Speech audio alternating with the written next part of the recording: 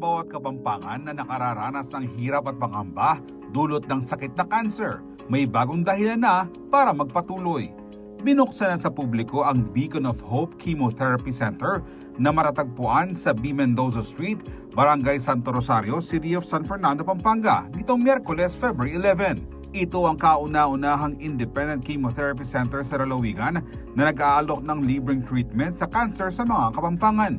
They just have to seek consult dito po sa aming center, and then once our medical oncologist or the doctor assigned for the day po makita yung pasyente natin, they can offer libreng gamutan po para sa ating mga pasyente. Cancer treatment becomes more accessible now and affordable, of course, to our patients.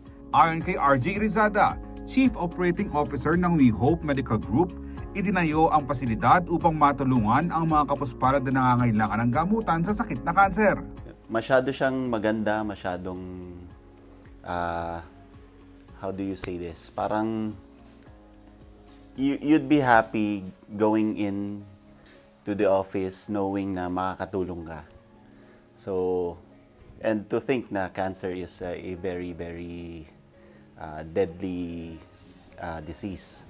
And then, in our own little ways, makatulong kami how to treat it, maibsan yung kahirapan ng ating mga kababayan sa pagpapagamot nila. So, yun talaga ang ano namin, ang what keeps us doing what we do. Ibinahagi naman ni Dr. John Paul Aklan, Chairman and CEO ng We Hope Medical Group, na naisakatuparan ng kanilang adikain sa pamamagitan ng public and private partnership. We are in business because we're always in partnership with LGUs. We have 5 verticals that we are actually engaged in: chemotherapy, dialysis, laboratory, rehab, and even trying to help the LGU out in terms of carrying out their mandate. Now, we've been doing this since 2017 for the health subsidiary. So we have survived the COVID pandemic. We have even innovated beyond the COVID pandemic. So this is not our first rodeo, but rather this is an innovation that we have actually done. Dekalidad, premier klase at maasahan na rin daw ang mga kagamitan, kawani at mga espesyalista ng center. Well, we're even better. No? Our facility boasts of highly capable staff. Equipments and everything are really state-of-the-art. No? So we have nurses that are highly trained. We have pharmacists that are highly trained. We have doctors that are highly trained. So we are looking at a combination of not just local doctors in the province of Pampanga or Region 3, but also coming from Manila. So there are shared expertise that we're trying to actually accomplish by doing this. Sa ngayon, hindi na lang Pampanga ang naaabot ng kanilang serbisyo dahil may kahalintulad na center na rin sa Cavite, Naga at Parañaque City, habang target na rin daw ng grupo na makapagpatayo ng mga pasilidad sa iba't ibang bahagi ng bansa.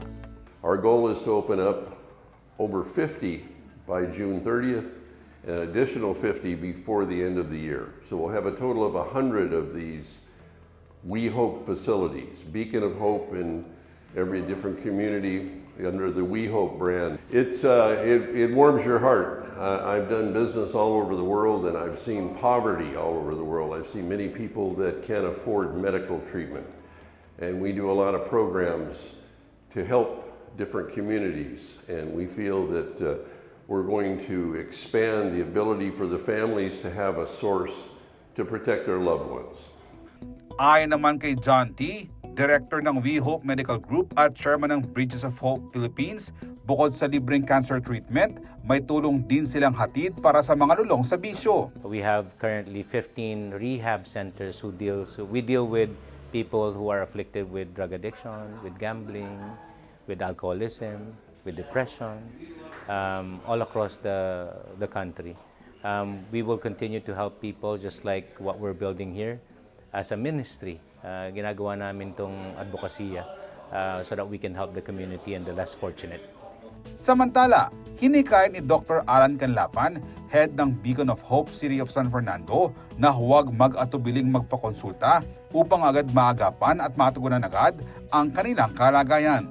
Yung termino na ng chemotherapy, ala naman pong pagkakaalwa nung magpaulo tamo kini or magpakimo tamo po kini, ang po pang magpakimo tamo po karing mga regular hospital.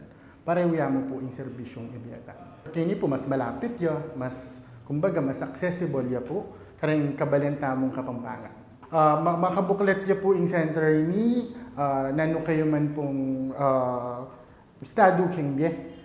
Pwede kayo pong munta kini at very open niya po yung pasbol na ng Beacon of Hope para kay kayo.